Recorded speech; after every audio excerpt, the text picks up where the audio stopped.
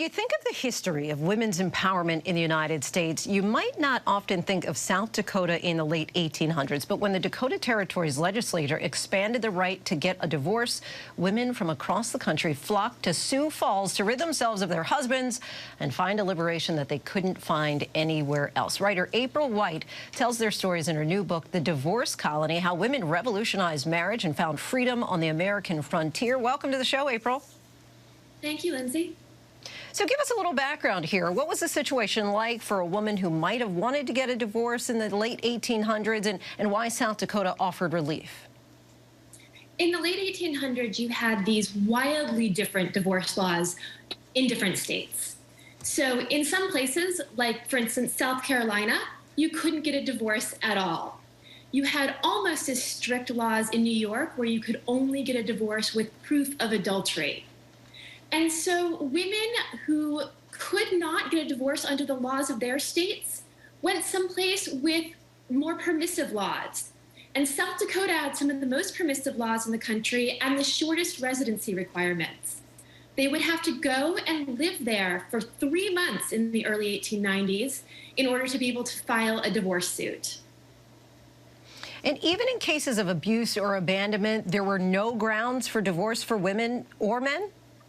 No, there weren't. You could get a divorce of bed and board, which meant that you were still married but were allowed to live separately, but you would not be able to remarry under those terms. Oh, that's fascinating. And it's also interesting that back then you had to provide proof of adultery. It would seem like that's a lot easier to do now, but back then I wonder what you had to bring in as your evidence. But that's beyond the point here. As far as the scores of women who decided to travel to South Dakota to end their marriage, describe for us what it was like in Sioux Falls during the height of this divorce boom.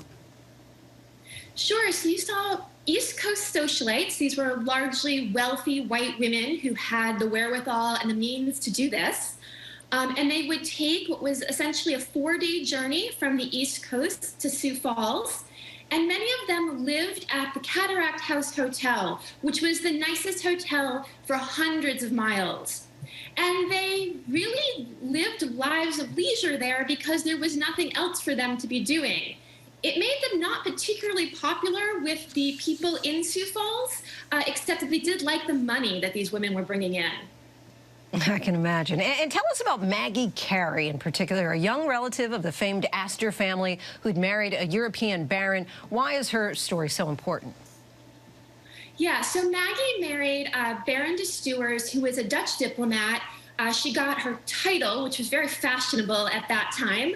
But her marriage was not particularly happy. She accused the Baron of cruelty, and later she believed that he was trying to institutionalize her in order to get control of her fortune, which was quite ample.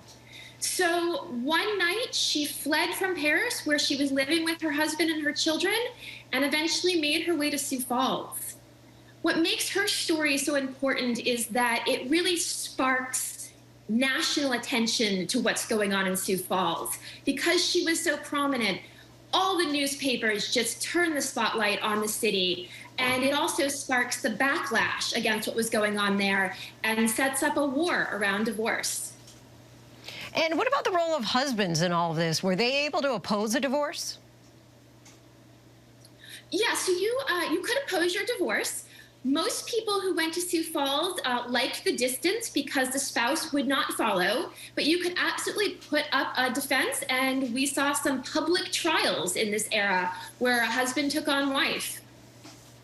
And you write in the book that the women who traveled to Sioux Falls at the turn of the 20th century were not activists, but what might have been a quiet act of personal empowerment and self-determination became, in the glare of the national spotlight, a radical political act. How so? At this time, women did not have a lot of political power. They did not have a lot of economic power.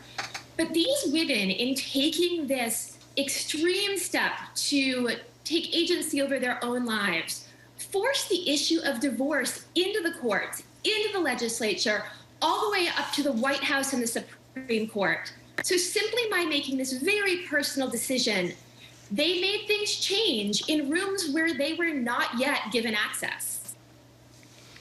April White, we thank you so much for joining us. You can find The Divorce Colony, How Women Revolutionized Marriage and Found Freedom on the American Frontier, wherever books are sold. Hi, everyone. George Stephanopoulos here. Thanks for checking out the ABC News YouTube channel. If you'd like to get more videos, show highlights, and watch live event coverage, click on the right over here to subscribe to our channel. And don't forget to download the ABC News app for breaking news alerts. Thanks for watching.